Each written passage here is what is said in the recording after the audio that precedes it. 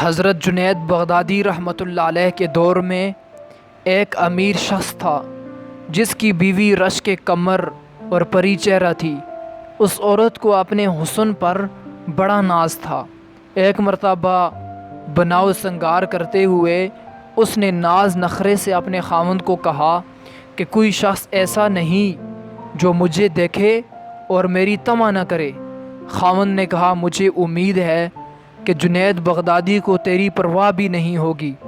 بیوی نے کہا، مجھے اجازت ہو تو جنید بغدادی کو آزما لیتی ہوں۔ یہ کون سا مشکل کام ہے؟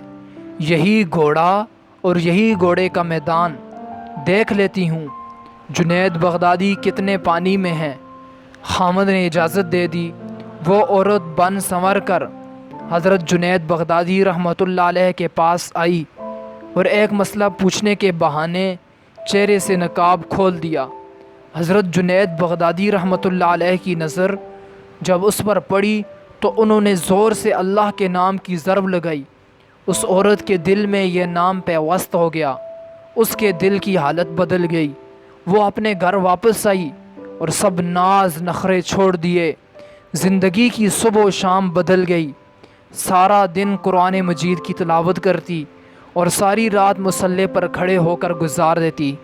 خشیت الہی اور محبت الہی کی وجہ سے آنسوؤں کی لڑیاں اس کے رخساروں پر بہتی رہتی۔